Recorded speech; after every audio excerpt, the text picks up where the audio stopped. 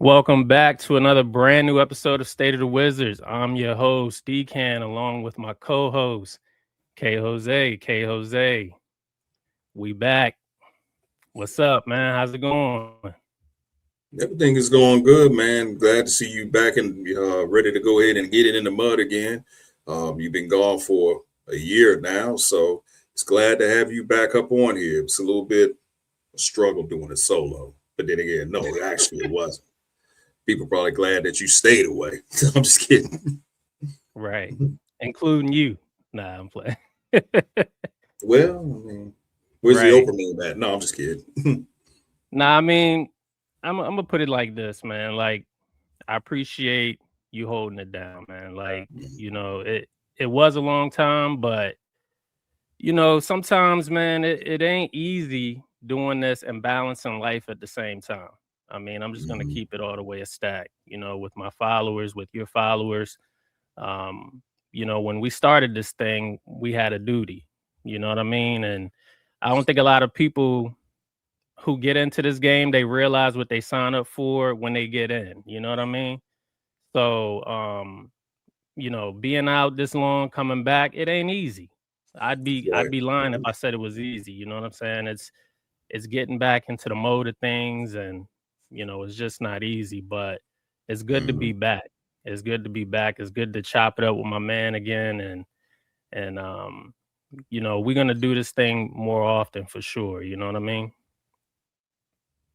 Absolutely. So I know we're gonna talk some whiz as well as squeezing in the Mystics in there. So you about ready to go ahead and Yeah. do it? Yeah, so, tonight we're going to, recap the Wizards 2025-2026 season, and then we're going to tap into the Mystics draft and talk about, what's expected of their 2026 season. Mhm. All right.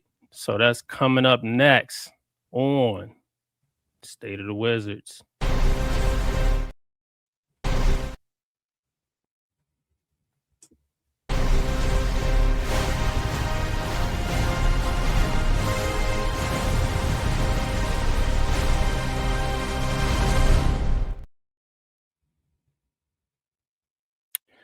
All right, my dude. So at this point, we got the Wizards 2025-2026 season behind us. Mhm. So we're gonna touch on that, but before we do, I just want to say thanks for the folks tapping in with us tonight from DC, Maryland, and Virginia. Our first topic is going to be about the Wizards season. K Jose, the Wizards franchise, or the Wizards, sorry, finished the season with the worst record at Mhm. 17-65. How did you feel about the season as a whole with the young, talented roster in our mid-season acquisitions of Trey and AD?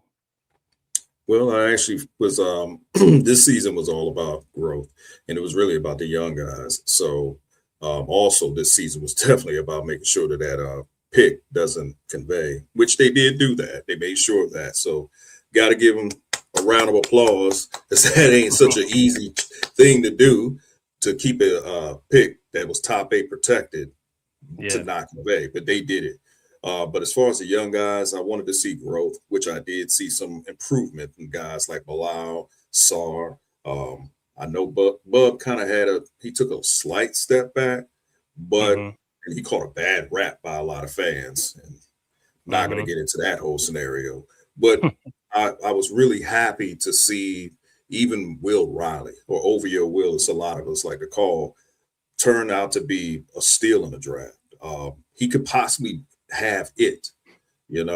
He's, not to be honest, he's actually probably one of the best draft picks that Will Dawkins has drafted since he's been a general manager.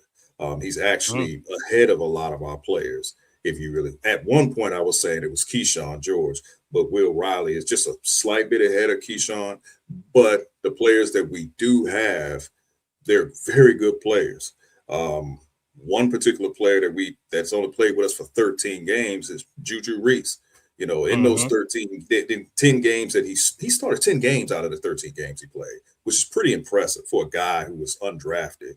But he Yeah. averaged 11 and 10 during that time period. And that's a young guy, another young prospect that we have. So I would say that the season was a success far as the development of the young guys. When we talk about wins and losses, that's a totally different topic. But this season wasn't about wins and losses. It was more about seeing the improvement of the young guys. And Yeah. I'll end it on this. The acquisitions of Trae Young and Anthony Davis, Will Dawkins needs to be studied because you got two all-star players for pennies to the dollar. And Yeah. we're not a destination, but Trae Young actually is embracing being here. You can kind of go which way you want when it comes down to AD, but the fact of the matter is we didn't give up a lot to get these two players, and that's the Yeah. reason why a lot of people in the league were fans of other teams were so upset because they see like, well, how did this team pull this off? Right. Got to do something about that.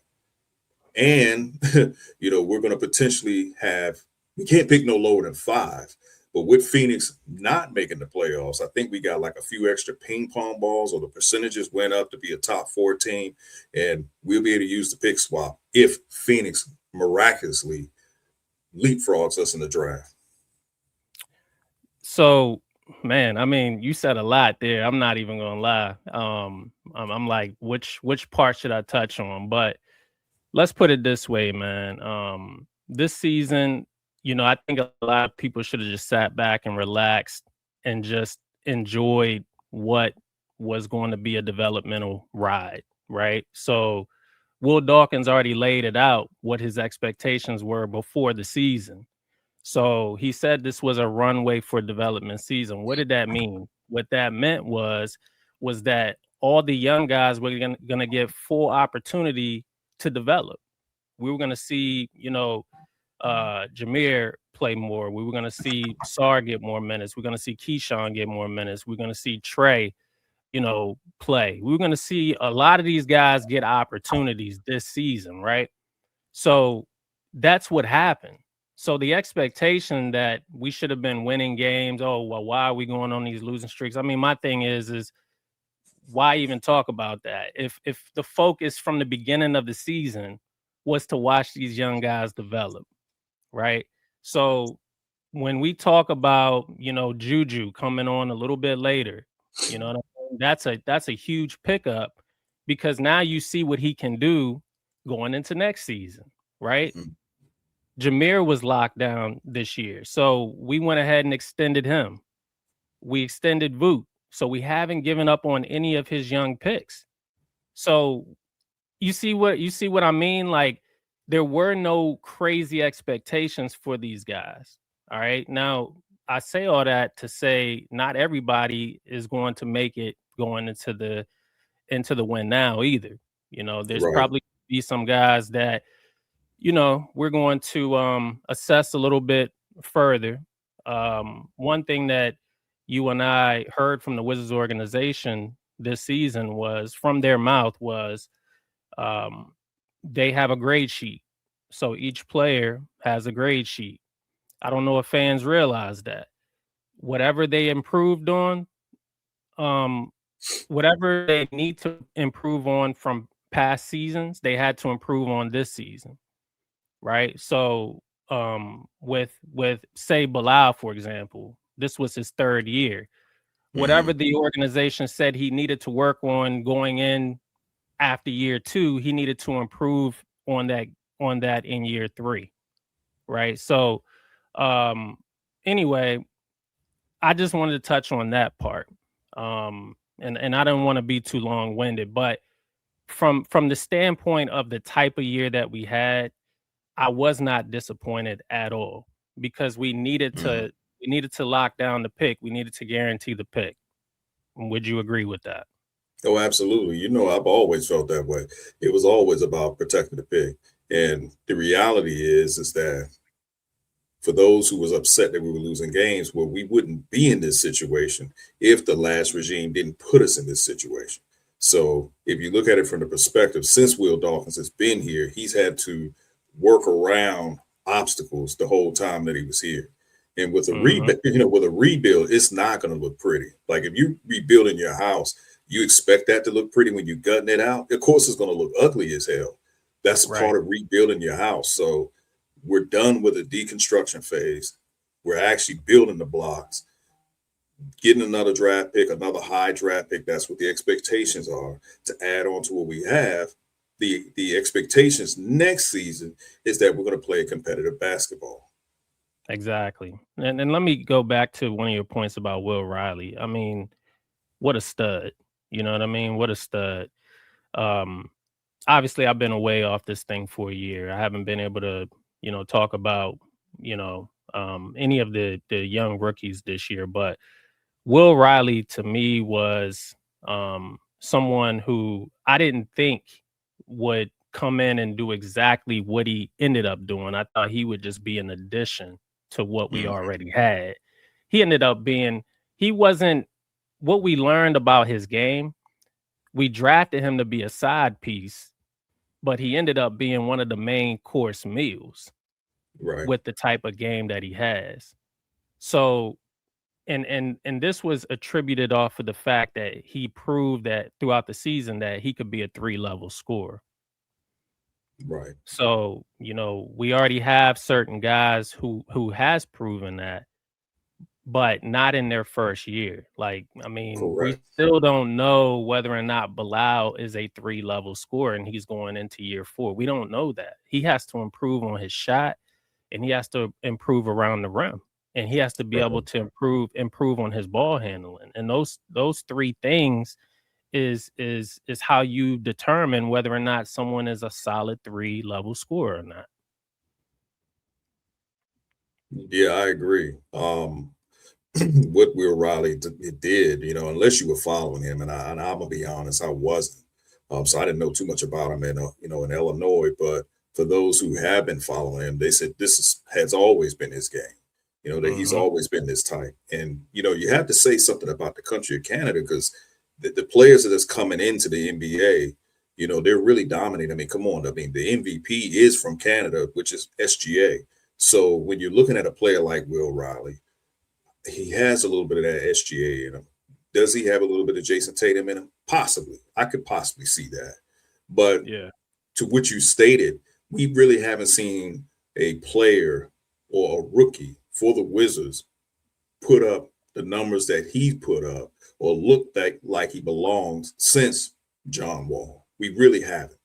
So to Mm. see that from Will Riley and the fact he was picked number 21, one of the arguments one of the points you used to make all the time was, well, if we're not picking top 3, then there's really no proof that we can pick somebody outside the top 3. Well, now we can't say that anymore because Will Riley is one of those guys. Keyshawn is Mhm. one of those guys.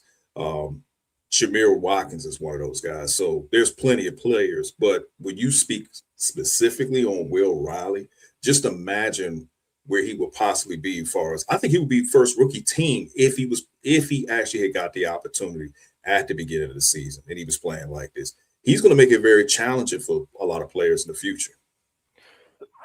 So with the redraft, where does Will Riley fall? Man, I say he probably is in the top 10, man. I I Wow. think he would be a top 10 pick, bro. He would Wow. literally be a top 10 pick. The way he's playing, he would be a top 10 pick. If I had to pull somebody out of that, then maybe pull him a few rosters, I mean not a few roster spots down, but a few selections down, and people probably might say, man, you crazy. I'll probably say maybe VJ Edgecombe. I'll probably drop him down a little bit more. Mhm. Um, I you may disagree. I would even drop our own draft pick, Trey Johnson. I'll drop him a few more spots down. I mean, Will Riley, I can guarantee you in 2 years when we did do a redraft, Will Riley 9 times out of 10, if he continues to improve and continue to ascend the way he's doing, Yeah. he might be top 3 if you do a redraft 2 years from now. Whoa. Top It too, 3? and if I'm telling you, bro, the way Mhm. he's playing like he's already been in the NBA for like 5 years. Like literally, he knows how to get the contact. He knows what Right. shots he has counter moves already. This is a 19-year-old with counter moves already. He looks Yeah. like he belongs. So if he, like I said, if he's ascending the way he's looking, if he continues to do that in 2 years, they do a redraft. I could see him possibly. They say, you know what, he probably should have went top 3. Mm, mm. I know You know, look, that's pretty. Go ahead, I'm listening. no. I'm agreeing with you, but I guess I was shocked to hear you say top three based off of our past discussions about who we liked in the top three last year, right? So Right, right, hearing Will Riley, just revisiting the convo, knowing like who went top three last year is like saying like, well, if we redrafted and we put those same top three players in the draft, would we want Will Riley over Ace Bailey? And I think a lot of people are saying, yeah, they would take Will Riley over Ace Bailey, or maybe not Cooper Flag. That's obviously the pending Rookie of the Year, but I agree with you. I think that he has done enough to kind of solidify himself as a top 10 pick, period. Maybe even right. like top 5 is probably debatable, but definitely a top 10 pick for sure. Well, let me ask you this then. Put Will Riley in the 2024 draft. Where do you think he will land? 2024 draft. That's with Bub and those guys, right? So, I'd say top 10, right? Okay. Top 10. You know, I think that Will Riley's play, just in general, is it's so well rounded. Hmm. So he's shown you enough year one where you're already saying to yourself, by year 4, this kid's gonna be a great player in this league. You just don't know at what extent he can be Right, great. right. We've seen players before have great first and second years as well, and then they don't really pan out the rest of their careers. We've seen that as well. But I don't really see that with this kid. I see that he actually has a future here with us. Him being homegrown is gonna matter for us because we're gonna allow him to play into the player that we believe he can be. And then, you know, I think it's just the trust factor. You trust him with the basketball. Like, you know what I mean? Like, he doesn't really make too many mistakes. There's so many players that have come through here in the past. You and I talk about this all the time. This is a long way away from Sheldon Mack. You know what I'm saying? Or who else I'm trying to think of? Like Andre Blatch. Andre Blatch. This is a long way from that. Right. It's not even close. No, it's not. I mean, again, what did I say? I said he's the first rookie to actually show something for the Washington Wizards since John Wall. That's 16 years ago. Wow. So when you think about that, like when John Wall came here, you knew automatically picking him number one, he was going to be the guy.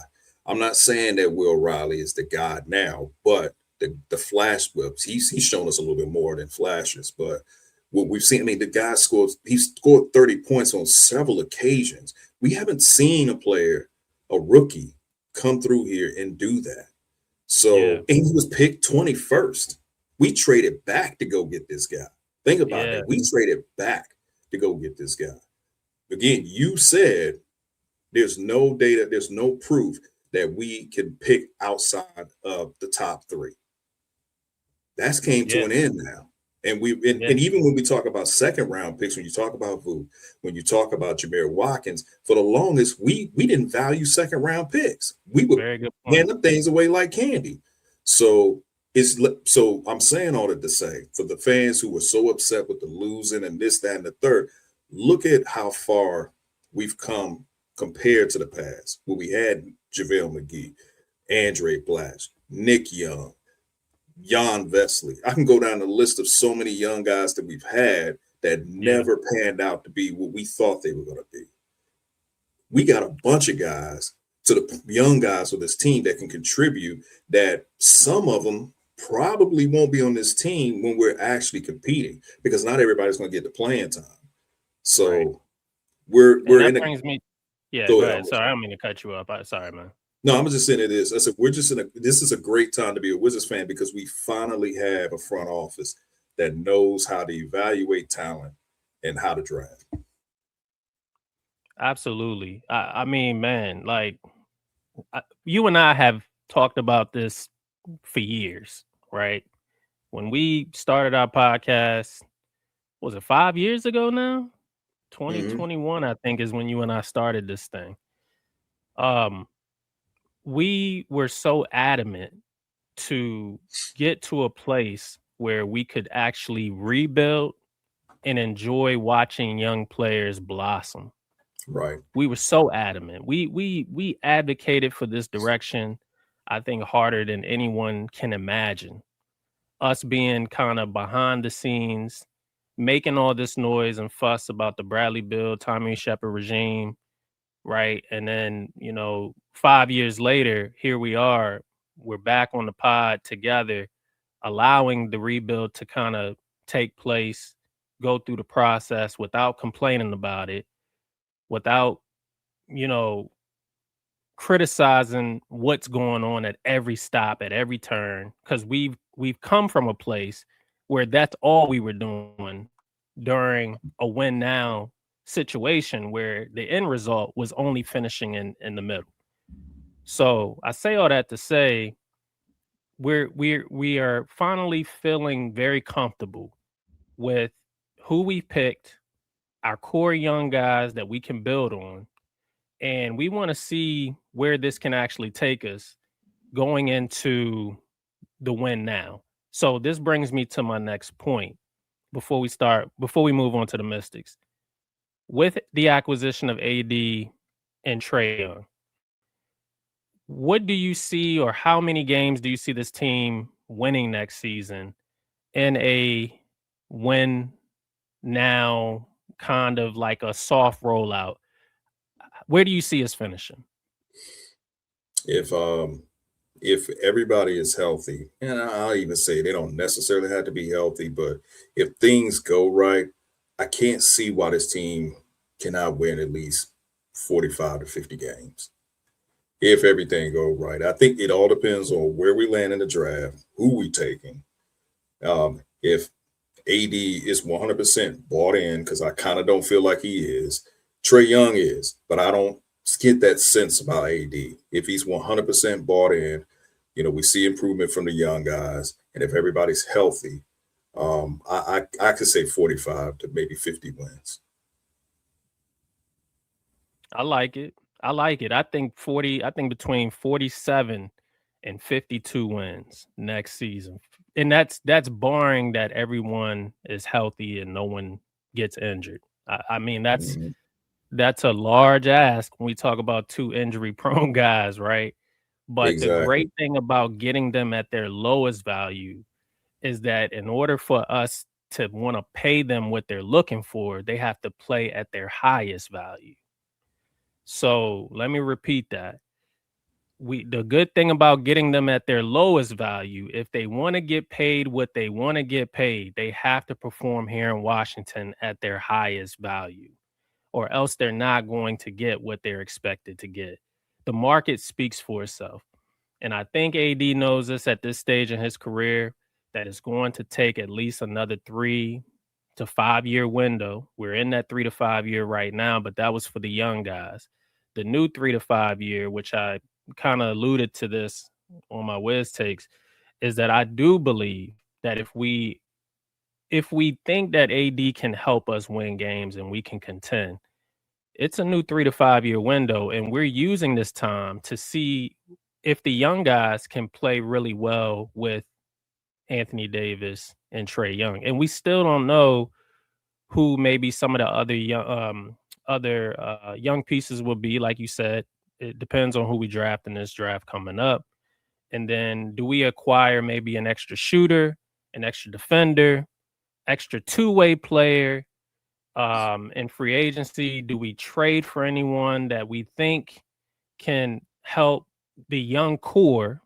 Again, we're talking like this is just side dishes to the main course. We're not talking about AD and Trae as the main course and the young guys are the side dishes. This is the Correct. other way around. These are accompanied pieces that are just happen to be stars, right? Mhm. For other franchises, but um, these are accompanied pieces to the main course. So how I see it is we have to see if the blend works first, and if the elevation of those young players' games translates with all-star players like AD and like Trey. Yeah, that's fair. I mean, again, when it comes to AD, like I said, I don't know if he's completely bought in yet, but um, when you mentioned about the 3 to 5 year window, we got to, add context. AD is 33 years old. So when you talk about 3 to 5 years, 5 years would be 38. Mm, you know, eh, I don't know. I don't know if he'll be Well, on the we team. Yeah, I don't know if yeah, he'll go be on the ahead. team in 5 years, but the reality, what you said is Trey Young and Anthony Davis were brought here to help the young guys. It's not the other way around. So, and it definitely won't be that way if, depending on who we draft, if it's Darian Peterson or if it's AJ DeBunster, Boozer, who I'm not that high on, but for those who are, the plan is that particular player is going to be added to the other young guys, Hmm. So at the end of the day, that's what it's really about. It's about the young guys. And who do you want in the draft? Um, it's for me, it's two players. It's either Darian Peterson or it's AJ DeBonster. It's really those two guys. I will take if we fall somewhere like third or fourth. I'm cool with Caleb Wilson. I'm just not high on Boozer like that, man. Boozer is the type of player you have when you already got your franchise player, and he complements that particular player. Some people probably look at it the other way, but I just don't view Boozer as a franchise player like that. I just view him as a cornerstone piece, but not the actual foundational piece. Now I'll make this brief. I agree with you. I like Peterson. I like AJ. I like Caleb. I prefer Caleb over Boozer any day. Yeah. I think the issue that I have with Boozer is the fact that in the NBA, you're not going to be able to do what you did in college at the next level. You're going to have to extend your game. Yes, he's versatile, but as we're seeing with Bankero right now, who happens to be another Duke forward, right? He's adjusting, right? When the league adjusts to you, now you have to adjust to the league. He was a Hmm. great first year player, and I still think that he's a star in the league, right? Superstar is the question, You're and right. and it's like we are looking for the superstar in this draft. So, um, do I believe any of these guys can be superstar? Mm, maybe, but that's what we're looking for, and I just don't think Cam presents that. I don't think he's the superstar. I think he could be a star, but I don't think he's the superstar. And my best example in this scenario would be somebody like Bankero, who maybe some people would challenge. They say, yeah, he's a superstar, but I beg to differ because I think that he has had his struggles this season in particular, and it just shows like when the league adjusts to you, you have to adjust to the league, and you have to be able to kind of reinvigorate yourself. And I'm just not looking for that type of player in this draft. I feel like we don't have the time to do that. You need to come Right. in through the door, be ready day one. That's just what I think. I think whoever we draft this year is gonna have to be ready day one. Agreed. Agreed. No argument for me on that one. All right, cool, man. So let's move on. My dude, the Mystics drafted Lauren Betts out of UCLA with their first pick. How do you think they fared in the draft, and what are the expectations of this team this season? Oh man.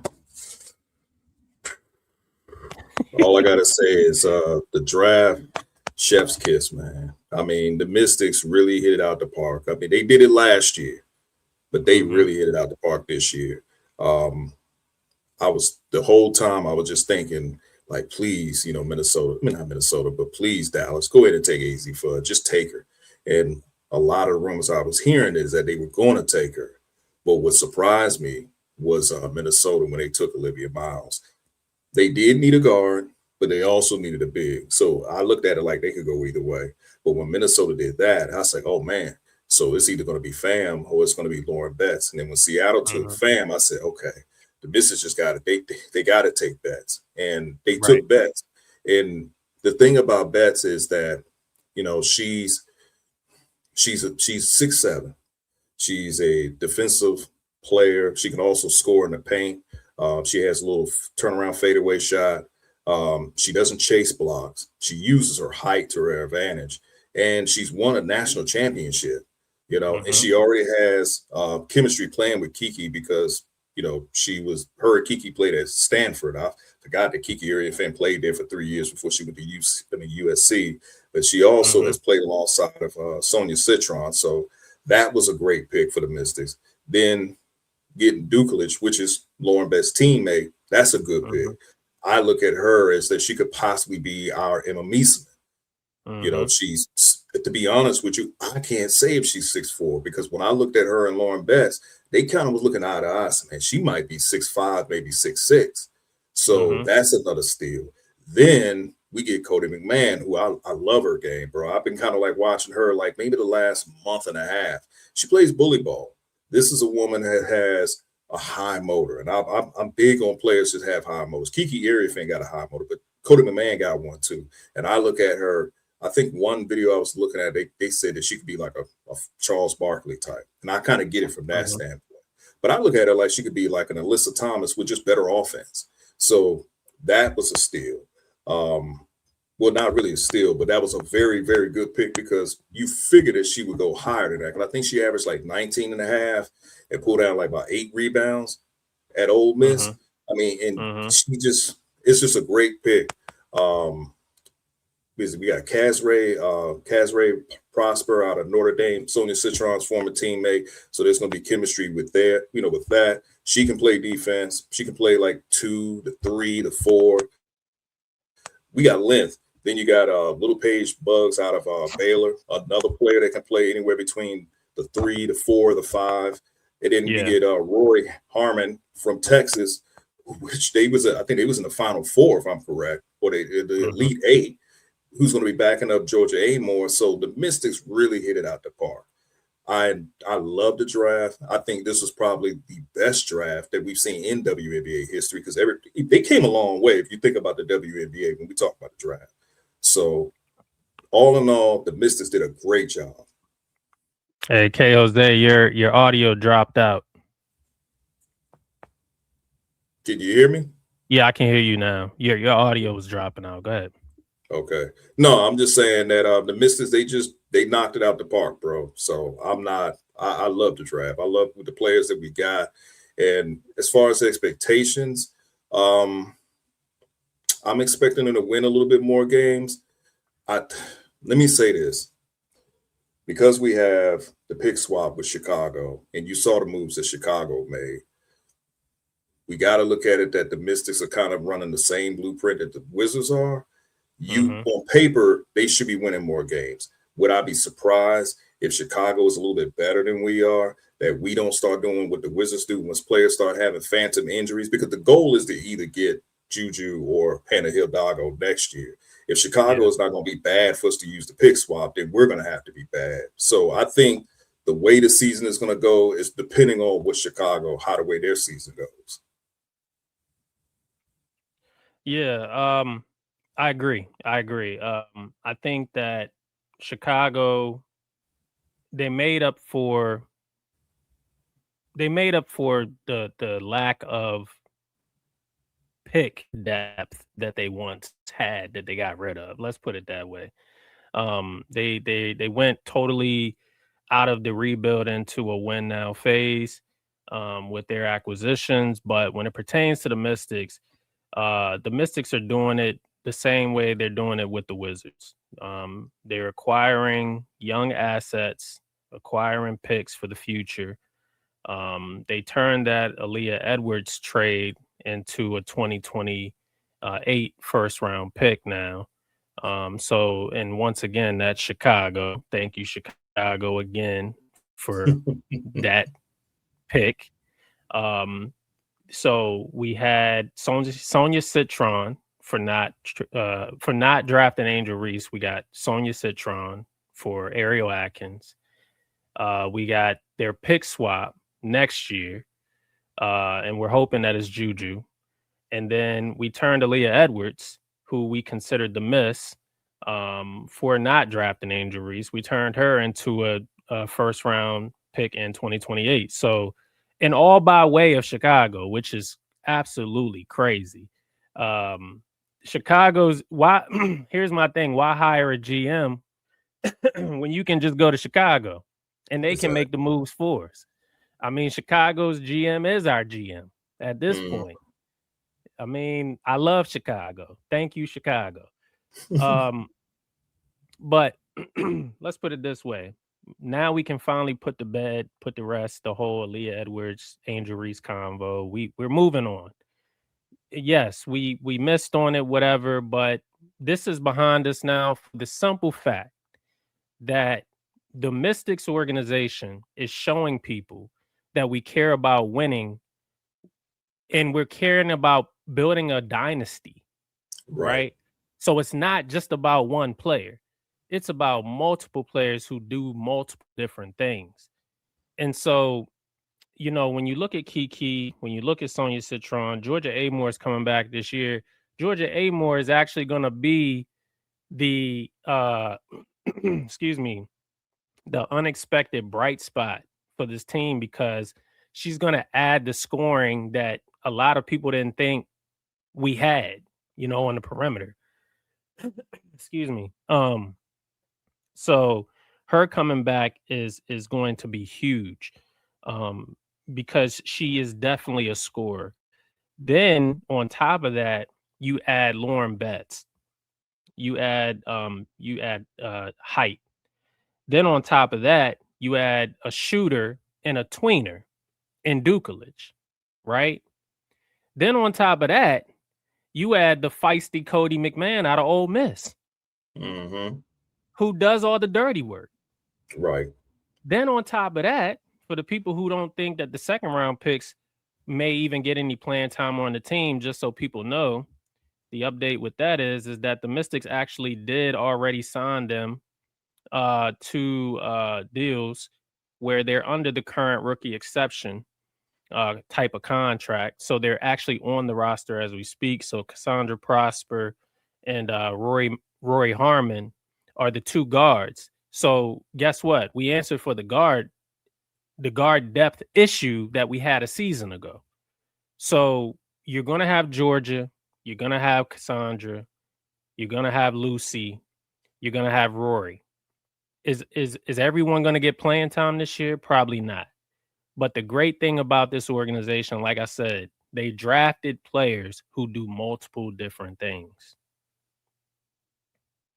That's true. They did. And then if you look at they signed Christine Alawalu. I think that's her last name. I think that's how you pronounce her last name. She played with Cody McMahon, so she's a big that plays with her, but she got to make the team.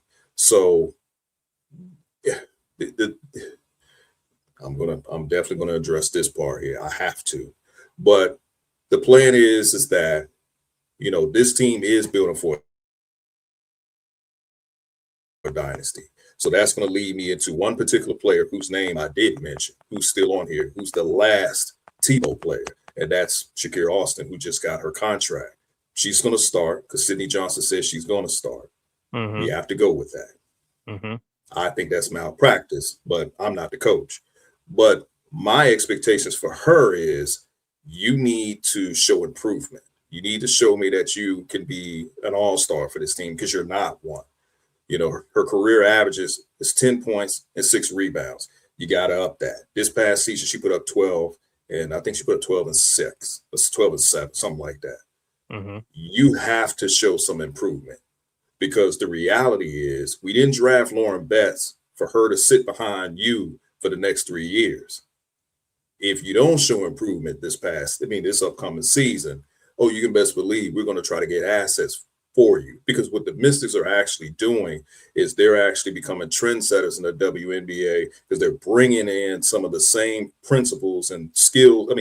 Same skill set, same drafting decisions. Scouting.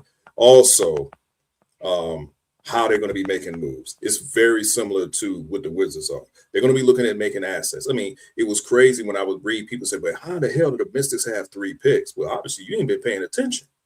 So there's a lot of teams that didn't do that. We got 6 players, bro. 6 players. And I said it's a possibility we can get 6 players to fill up the roster spots. And then we forgot about the chick, Michaela, I can't pronounce her last name, which is, she was one of the assistant coaches for UCLA. So that's another player who can shoot, who was a rookie of the year in 2021. That's another player that we have. So you can kind of see what the Mystics are actually building. Is just how the way it's going to go about being executed this upcoming season. Again, like I said, it really depends on what Chicago does. On paper, the sky looked good. However, you got to look at the players they got. And one of the players that I will be concerned about if I'm a Chicago Sky fan is the person whose first name starts with SKY, Skylar Diggins. You got to wonder what kind of player she's going to be. How's she going to be in that locker room? Because her attitude could probably just destroy what the Chicago Sky is trying to do. So if everybody always equates Skylar Diggins with an attitude, that's hilarious to me, but it's so true. Did we not hear about her going through a divorce? Oh, for sure, yeah. And how the way she addressed it. She turned her whole attitude up in Seattle over the last 2 seasons. Like, it wasn't. If people thought that Angel Reese was a problem, wait till Skylar Diggins start getting frustrated when they losing. Well, she really gonna be a problem. Yeah, part of because I'm gonna tell you, I'm gonna just say it. I'm about to do a joke. Skylar is gonna be digging in somebody's ass if they start losing. Yeah, I knew it was coming.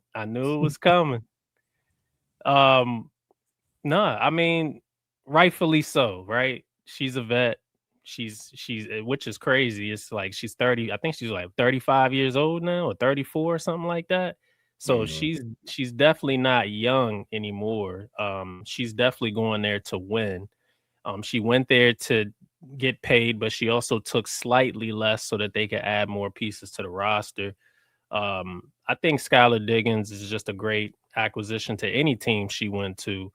But I do agree, man. Like, the moment they start losing games, it's gonna be crazy, over there in Chicago, especially with the expectations after signing all those players. But just getting back to your point, Shakira Austin, absolutely. I think that the thing is that with her making more money, this actually puts the target on her back. That's the whole thing. She's 25 years old. She's going to be the starting center. She's looked at now as one of the veteran leaders on the team. So she's going to be expected to play, and she's going to be expected to play at a high level. She's going to get the playing time because she's making $1.1 million a year. So this is over the course of 3 seasons. So if for whatever reason it doesn't work, you and I talked about this, I do believe Sydney Johnson is tied to her, because for whatever reason, the GM was fired. Sydney Johnson was elevated in his role. Whatever her reason was for firing, my belief is that it was around and surrounded around the fact Shakira Austin was either going to be a Mystic or not. And maybe her being the highest paid player on the team was always up for debate or in question. Michael Winger agreed to match the offer that the Toronto Tempo offered Shakira Austin for her to come back. And now that he's matched that offer, what also needs to match with that offer is her play. You're no longer making $100,000. You're now making 1.1 million, actually close to 1.2 because you at 1.19. Exactly. So Shakira, Shakira, you and I talk about it. We have family ties, right? She don't know that. At least I don't think she knows that. But I know that. I'm not being biased when it comes down to her. If it comes down to the point where I need to tell my cousins, hey, go send a message to Shakira that Decan said her play needs to improve or else she out of here, then that just might be the message that has to be sent. And I ain't gonna trip about it. because you and I both know this, my dude. If we want to be where we want to be, we're relying on her to play at a high level, right or wrong. Right. Exactly. So I don't think there's anything wrong with me having those expectations about Shakira. That's the whole thing about this is like it's predicated. Winger doesn't give you that contract if it's not predicated on you actually playing at a high level. Period. We added Michaela, right? From the sky. So we got her. UCLA product. That connection with Betts and Dukelich, that's going to be great because now you got the chemistry, and then you're just going to add Kiki, Sonia Citron, who's already a monster in the half court, and then on top of that, Georgia Amore, bro. I don't see how we not winning out the gate. At least out the gate, I'm just going to put it out there. I don't see how we're not winning 10 out of the first 15 games. We should be at least 10-5 through the first 15 games. That's just my prediction. Right. I mean, everything you said about Shakira, I mean, it is, again, what stands out to me and is that Kiki and Sonia Citron were not supposed to do what they did last year, but they did. Nobody didn't expect them to be all-stars their rookie seasons, but they were. The only reason why we were even close to making to the playoffs is because of the play of those two players. Our guard play. If Georgia Amore played, we probably would have went to the playoffs last season, but we didn't. So we had to settle for Melbourne and Sutton. And you already know how the way I felt about those players. So we actually corrected those mistakes this season. But for Shakira, you got to be an all-star. That's it. I mean, that's why you have to be. You got to play like an all-star. You got to play elite. She's not elite. Anybody who says she is, I don't know what games you're watching. She is not elite. She got to show that she's elite. Let me put it into perspective for all you fans out there. Shakira's contract is $3 million for 3 years, 1.9 per season.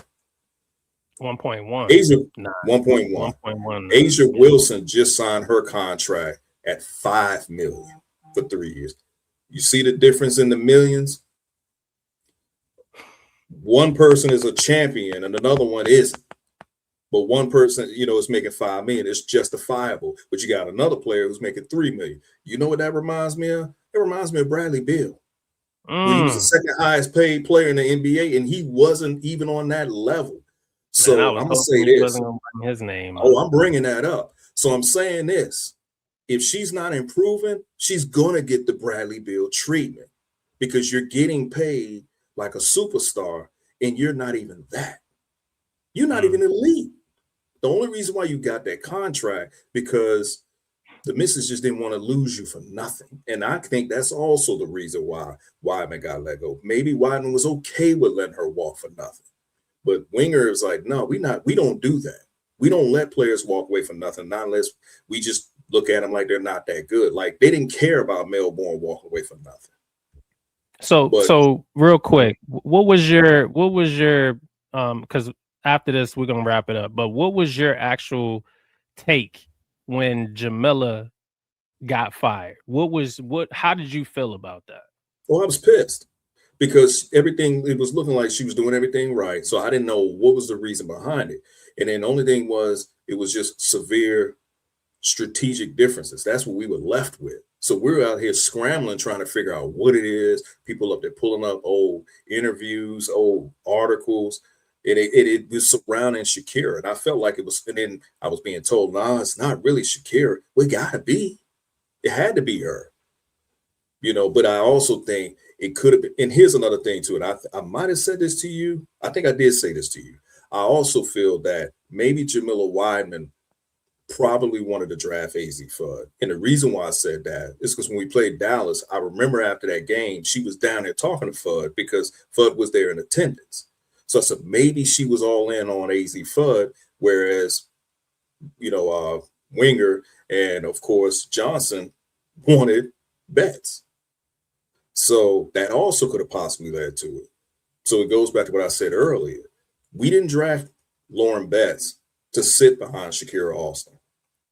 So Shakira has to know that she has to improve.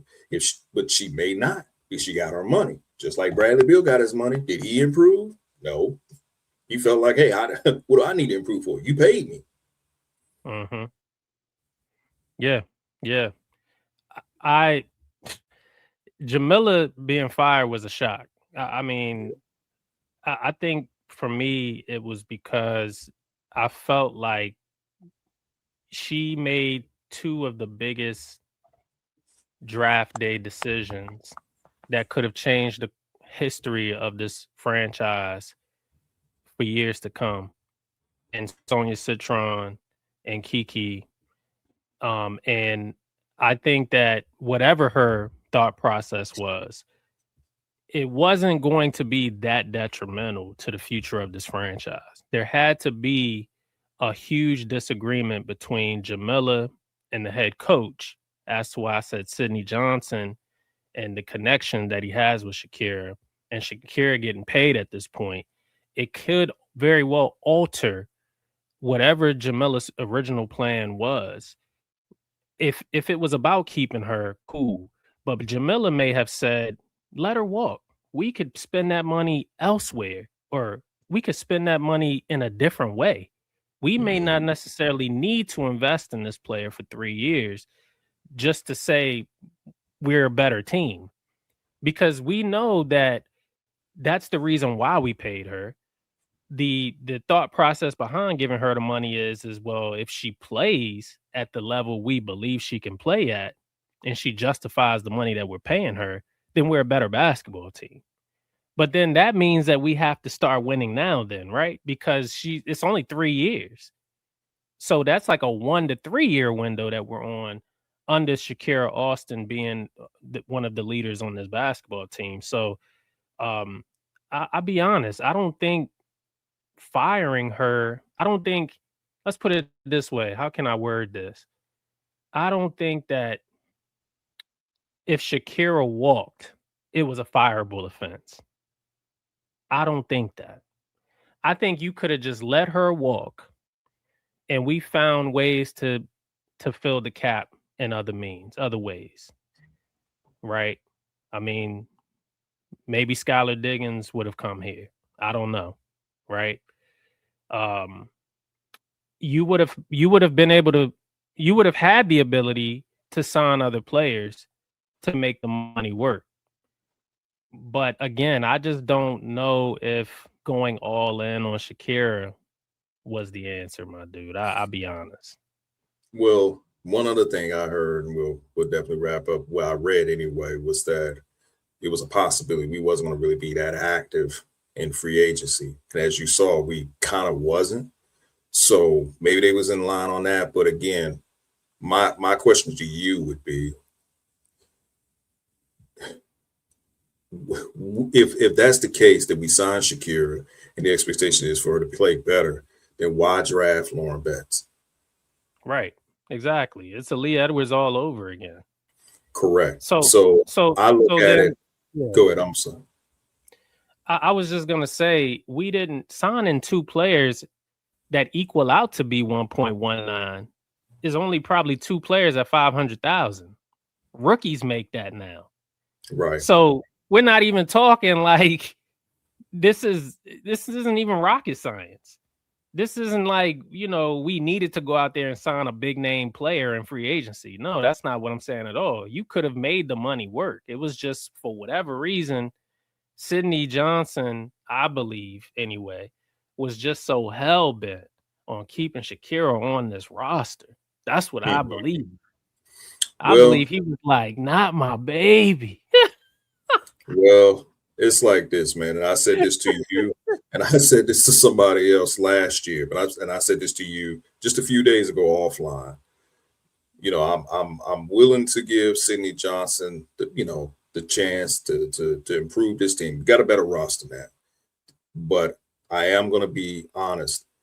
If it is an infatuation with Shakira, he wants to make it work. And I do remember him saying when he was introduced that he felt that her, as well as Brittany Sykes, could actually execute the type of offense he wants. Brittany Sykes is no longer here. Shakira still is. Yep. I said it last year, and I'm gonna say it this year. Don't let this particular player be the reason why you get fired.